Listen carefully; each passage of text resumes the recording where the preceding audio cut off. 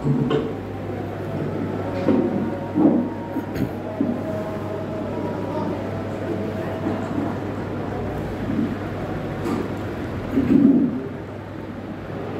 باللہ من الشیطان الرجیم بسم اللہ الرحمن الرحیم۔ دینی بھائیوں اور امت مسلمہ کے ہر بچے، بوڑھے، مرد، خواتین سب کے نام یہ جمعہ کا خطبہ۔ اعوذ باللہ من الشیطان الرجیم بسم اللہ الرحمن الرحیم۔ اللہ تبارک و تعالی قرآن پاک میں ارشاد فرماتا ہے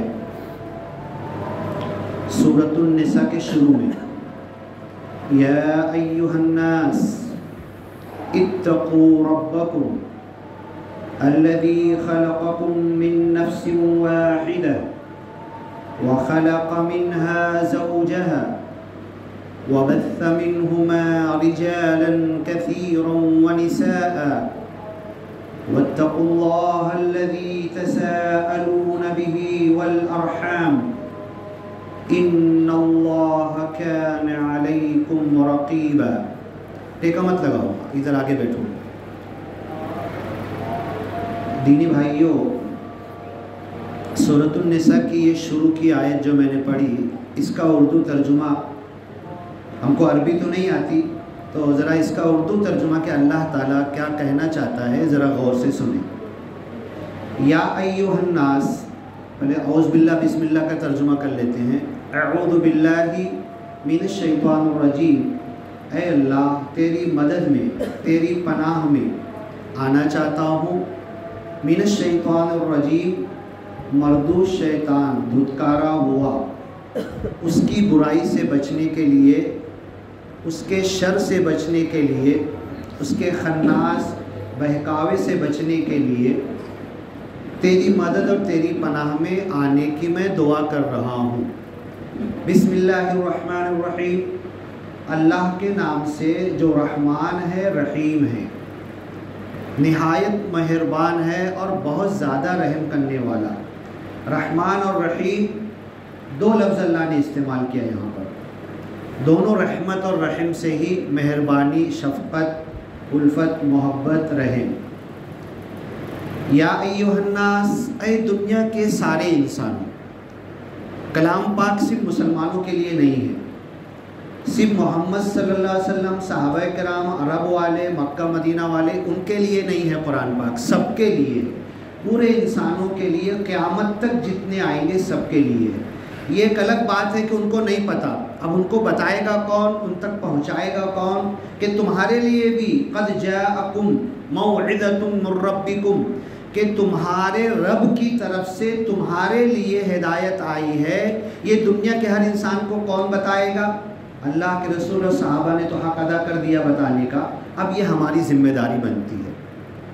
یا ایھا الناس، اے دنیا کے سارے لوگوں، اتقوا ربکم، ڈرو اپنے رب سے، بچو اللہ کے عذاب سے، اللہ کی پکڑ سے۔ اتقوا، تقوی اختیار کرو۔ تقوی کا لفظ مومنوں کے لیے نماز، روزہ، حج، زکوٰۃ، اللہ سے ڈرو بچو، یہ مومنوں کو کہا جا سکتا ہے۔ یا ایھا الذین آمنوا اتقوا اللہ، جگہ جگہ اللہ نے کہا اے ایمان والو اللہ سے ڈرو، اللہ کی پکڑ سے بچو۔ یہاں پر ایک بہت عجیب سی بات ہے کہ دنیا کے سارے انسان جو بھی اللہ جن کو معلوم بھی نہیں، جن تک ہم نے کلمہ، توحید، رسالت، آخرت، نماز، روزہ، حج، زکوٰۃ کچھ ہم نے بتایا نہیں، پہنچایا نہیں، اللہ تعالیٰ ان سے بھی کہہ رہا ہے کہ ڈرو اپنے رب سے، تقوی اختیار کرو۔ تو یہاں تقوی کا مطلب یہ ہے کہ اگر تم دین فطرت، فطرت اللہ التی فطر الناس علیہا، اللہ نے ہر انسان کو دین فطرت پہ پیدا کیا۔ حضرت ابراہیم علیہ السلام جس گھر میں پیدا ہوئے، باپ مشرک تھا، گاؤں کی سب سے بڑی مندر کا پجاری تھا، پورا گاؤں شرک میں ڈوبا ہوا تھا، لیکن فطرت اللہ التی فطر الناس علیہا، ایسی فطرت آپ کے اندر تھی، اللہ کی طرف سے جبلت جو اللہ ودیت کرتا ہے انسان کو، کہ آپ پیدائشی طور پر مسلم تھے، کبھی شرک بت پرستی اور غلط کاموں میں آپ نے حصہ نہیں لیا، جبکہ باپ وہی کرتا تھا، پورا ماحول وہی تھا، گاؤں وہی تھا۔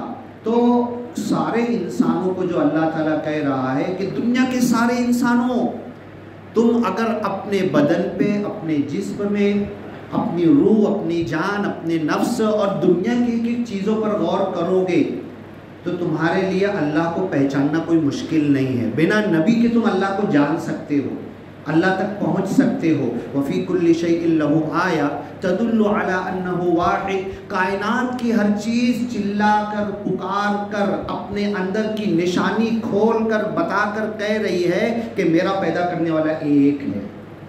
انسانوں تمہارا بھی وہی پیدا کرنے والا۔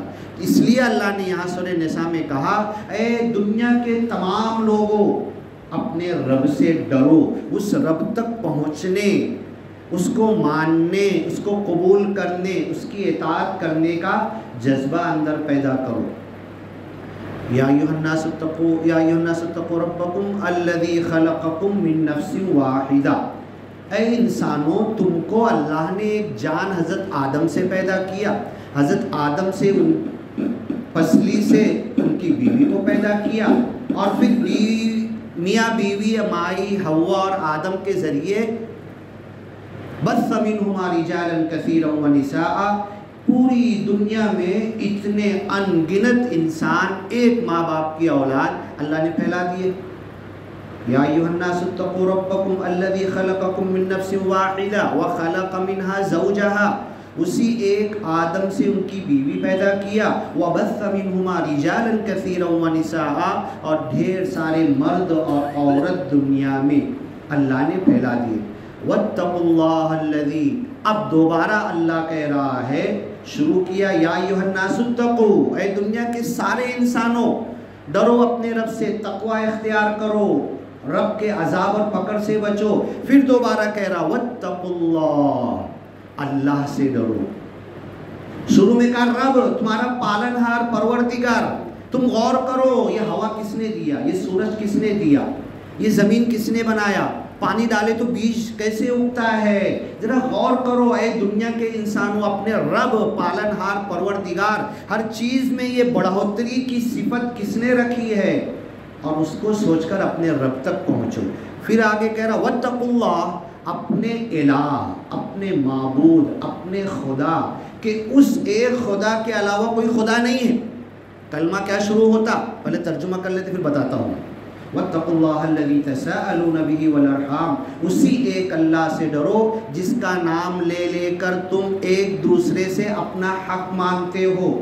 إِنَّ اللَّهَ كَانَ عَلَيْكُمْ رَقِيبًا، اور اللہ تعالیٰ تم کو چھوڑنے والا نہیں ہے، ہر طرف سے گھیرے ہوئے ہے، محیط ہے، اللہ کی چنگل سے بھاگ نہیں سکتے، اللہ کی پکڑ سے بچ نہیں سکتے، پل پل، گھڑی گھڑی، دن رات، جہاں پر بھی ہو۔ مسجد میں ایسا نہیں کہ صرف مسجد میں، اللہ کے گھر میں اللہ کی پکڑ میں ہے، پہاڑ کے دامن میں، کھیت میں، بس میں، رکشہ میں، دنیا کے جس کونے پہ چلے جائے اللہ کی پکڑ سے بچ نہیں سکتے۔ جن کو کیا طاقت دی اللہ نے، پل بھر میں، ایک جن یہاں کھڑا ہوا ہے، پل بھر میں آسمان تک پہنچ جائے گا۔ آگ سے پیدا ہوئے ہیں تو جن کیا کہتے ہیں، لن نعجزہ ہربا، ہم کتنا بھی بھاگ لیں، پل بھر میں کہاں سے کہاں چلے جائیں۔ آج سائنس کو زمین سے آسمان تک جانے کے لیے کئی سال لگ جاتے ہیں، کئی سال کا سفر چند منٹوں میں فرشتے اور جن طے کر لیتے ہیں۔ وہ جن کیا بول رہے ہیں، اتنی تیز ہم بھاگتے بنا سواری کے، خود اڑتے ہیں ہوا میں، لیکن لن نعجزہ ہربا، پھر بھی ہم اللہ کو بھاگ کے ہرا نہیں سکتے۔ اللہ جہاں بھاگ کے جائیں گے وہاں پہلے سے موجود ہے، ہمیں پکڑ لے گا، جہاں سے آئے وہاں بھی۔ یہی سفر کی دعا میں اللہ کے رسول نے سکھایا، اللہم انت الصاحب فی السفر، اس سفر پہ میں جا رہا ہوں نا، اللہ تو اس سفر پہ میرے ساتھ ہے، بات مت کرو، ہنسو مت، غور سے خطبہ سنو۔ انت الصاحب فی السفر، اس سفر میں تو میرے ساتھ ہے، چلو بھائی ٹھیک بات ہے۔ وَهُوَ مَعَكُمْ، عرش پر تو ہے، یہ بھی پکی بات ہے، عرش پر اللہ استوا، مستوی ہے۔ پھر کہہ رہا کہ وَهُوَ مَعَكُمْ أَيْنَمَا كُنْتُمْ، تم جہاں جاتے ہو تمہارا ساتھ اللہ چھوڑتا نہیں ہے۔ اسی لیے ہم کو اپنی زبان سے کبھی نکالنا ہی نہیں کہ میں اکیلا ہوں، میں کبھی اکیلا رہتا ہی نہیں، میرا رب میرے ساتھ ہے، میری مدد کرنے کو یا میری پکڑ کرنے کو۔ اچھا کر رہا تو مدد کرنے کو ہے میرا رب، اور اگر غلط کر رہا تو پکڑنے کو بھی ہے، وہیں دھسا دینے کو بھی ہے، وہیں میرا مواخذہ، میرا ہاتھ پکڑ کے وہیں مجھے سزا دینے پر بھی قادر ہے۔ تو یہ اللہ انت الصاحب فی السفر، سفر کی دعا میں کہتے ہیں والخلیفۃ فی الاہل، اور میرے گھر والوں کو کس کے بھروسے چھوڑ کر آیا؟ ہاں، پڑوسی کو بولا تھا دھیان رکھنا، ہاں بچہ رکشے کے آگے آ کے دب گیا، گر گیا تو پڑوسی کیا کرے گا؟ ہاں، استودع اللہ امانتکم، میں اللہ کے سپرد کر رہا ہوں تمہارا بدن، تمہارا جسم، جتنی امانت اللہ نے دی ہے۔ بازو والا کیا دیکھے گا؟ والخلیفۃ فی الاہل، اور اللہ جو گھر والوں کو، بیوی بچوں کو، بوڑھے ماں باپ کو، جس کو میں چھوڑ کر آیا ہوں، ان کا بھی نگہبان تو ہے اللہ، تو ان کو پہلے دیکھے گا، گھر والے تو بعد میں دیکھیں گے، تو ان کو، ان کے اوپر ان اللہ کان علیکم رقیبا والخلیفۃ فی الاہل، اے اللہ تو میرا خلیفہ ہے۔ اللہ نے قرآن میں کہا انی جاعل فی الارض خلیفہ، زمین میں انسانوں کو خلیفہ بنا کر بھیج رہا ہوں۔ اور اللہ کے رسول سفر کی دعا سنائے کہ جو گھر بار، بیوی، بچے، دھندا، تجارت، کاروبار، کارخانہ جو چھوڑ کے میں سفر پہ جا رہا ہوں، اللہ تو میرا خلیفہ ہے، تو اس کو دیکھے گا، دنیا والے تو بعد میں دیکھیں گے، میرا بڑا بچہ تو بعد میں دیکھے گا، تو اس کو حفاظت کر، تیرے ذمے ہے۔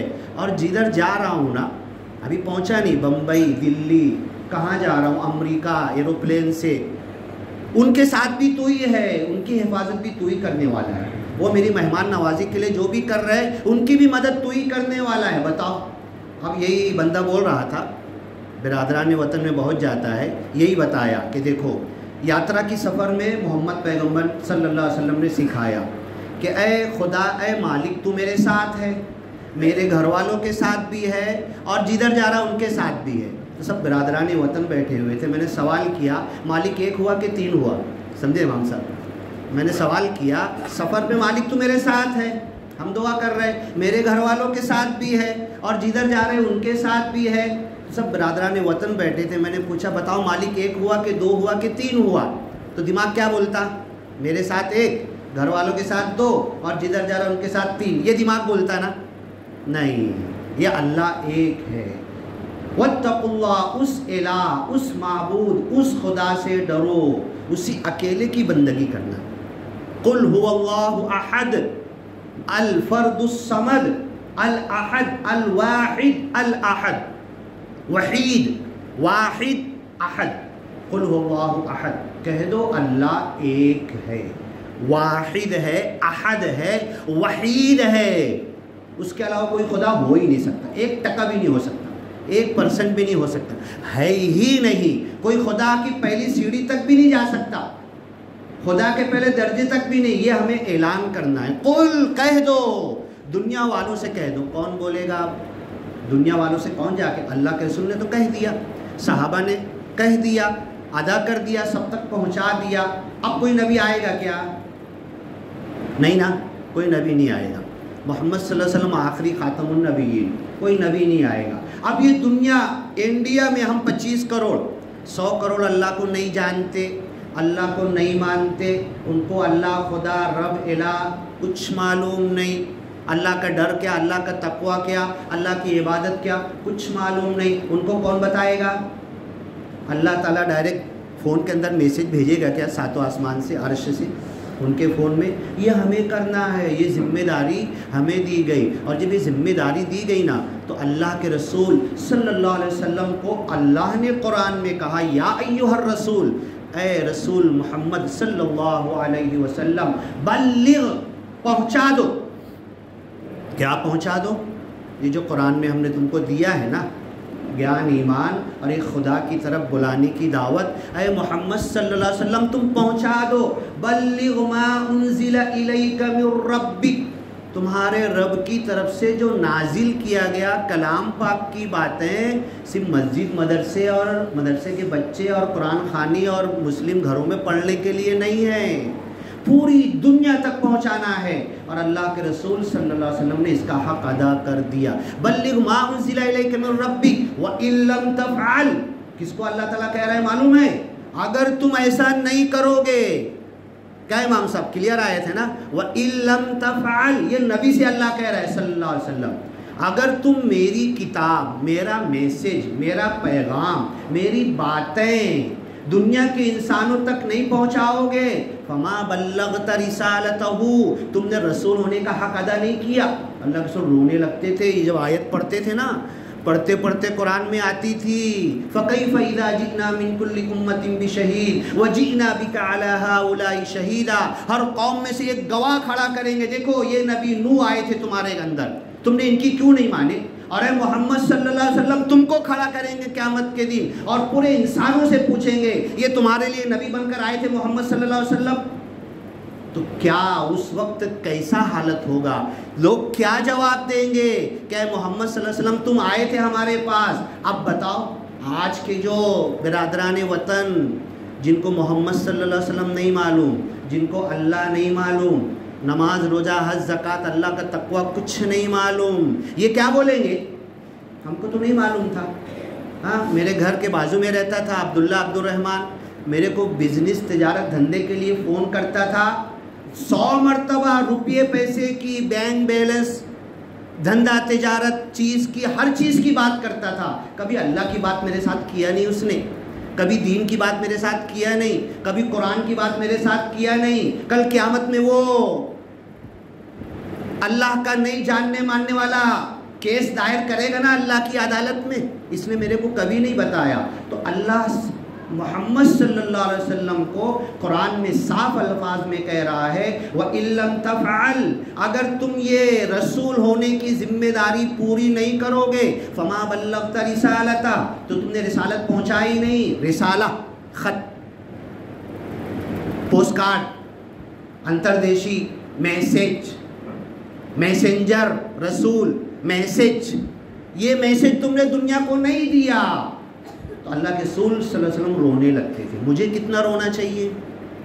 ہم خوش ہیں، کائے میں خوش ہیں، اپنے اپنے لوگوں میں دعوت کر رہے ہیں، اپنے اپنے لوگوں میں تبلیغ کر رہے ہیں، اپنے اپنے لوگوں میں بتا رہے ہیں، اور خوش ہے کہ بہت دین کا کام کر لیا ہم نے۔ نبی کو اللہ پکڑنے کی بات کر رہا ہے، پوچھے گا وَإِن لَمْ تَفْعَلْ، اگر تم نے پہنچانے کی ذمہ داری ادا نہیں کی، کتنا پہنچایا ہم نے؟ یہ بچ نہیں پائیں گے بول کر، جو اللہ کے نہیں جاننے ماننے والے اللہ کے سامنے کیس دائر کر کے بول کے بچ نہیں پائیں گے، لیکن ہم بھی چھٹ نہیں پائیں گے، ہم بھی پکڑ لیے جائیں گے۔ تم نے یہ فریضہ ادا کیوں نہیں کیا؟ اب یہ فریضہ وَاتَّقُوا اللَّهَ الَّذِي تَسَاءَلُونَ بِهِ وَالْأَرْحَامَ، اس اللہ سے ڈرو جس کا نام لے لے کر اپنا حق تو تم مانگتے ہو۔ إِنَّ اللَّهَ كَانَ عَلَيْكُمْ رَقِيبًا، اللہ تمہاری پکڑ کرنے والا ہے۔ کتنا منٹ بچا ہے امام صاحب؟ 10 منٹ، ٹھیک ہے۔ اب دیکھو یہ جو آیت میں نے پڑھا تھا نا سورہ نساء کی، یا ایھا الناس ہے دنیا کے سارے انسان، مشکل یہ ہوتی ہے کہ میں نے یہ آیت شروع کیا، ترجمہ کیا جب آپ زیادہ لوگ نہیں تھے، تھوڑے ہی لوگ تھے، پھر سے آیت کا ترجمہ کرتا اور اس آیت میں خاص کیا بولنا چاہتا پھر میں بتاتا ہوں۔ سورہ نساء کی شروع کی آیت ہے یا ایھا الناس، اے دنیا کے سارے لوگوں، اتقوا ربکم، اپنے رب پالنہار پروردگار سے ڈرو، الذی خلقکم من نفس واحدہ، جس نے تم کو ایک جان آدم سے پیدا کیا، وخلق منہا زوجہا، ان سے ان کی بیوی حضرت مائی حوا پسلی سے پیدا کیا، وبث منہما رجالا کثیرا ونساء، اور یہ دو ماں باپ آدم اور مائی حوا کے ذریعے پوری دنیا کے انسان سب انہی کی اولاد ہے، کوئی ہمارا دشمن نہیں ہے، سب ہمارے بھائی ہیں، کوئی غیر نہیں ہے، غیر کا شبد نکال دو زبان سے، کوئی غیر نہیں ہے، سب ہمارے ہیں۔ ہر نبی کہتا تھا یا قوم، ہے میرے اپنائیت کے ساتھ، اے ہمارے لوگوں، اے ہمارے قوم کے لوگوں، جیسے نبی محبت سے کہتے تھے ہر زمانے میں، ہم بھی تمہیں اپنا سمجھتے ہیں اور تمہاری کمر پکڑ کے کھینچ رہے ہیں کہ تم جہنم کی آگ سے بچ جاؤ۔ بث منہما رجالا کثیرا ونساء، مائی حوا اور بابا آدم کے بچے اولاد، ہمارے بھائی بہن اتنے اللہ نے پھیلا دیا، ہم گن نہیں سکتے۔ واتقوا اللہ الذی تساءلون، اسی ایک اللہ سے ڈرو، اسی ایک خدا معبود سے ڈرو، تساءلون بہ والارحام، جس کا نام لے کے تم ایک دوسرے سے اپنا حق مانگتے ہو، ان اللہ کان علیکم رقیبا، اور اللہ تمہارے اوپر نگہبان ہے۔ کیمرہ چالو ہے اللہ کا، ایک پل بھر کے لیے بند نہیں کرتا۔ بڑے سے بڑے بینک کے اندر، بڑے سے بڑی دنیا کے کیمرے کبھی بگڑ جاتے، بند ہو جاتے، ہاں جب کرائم ہوا تو فوٹو آیا ہی نہیں، آیا تو ڈس کلیئر آیا۔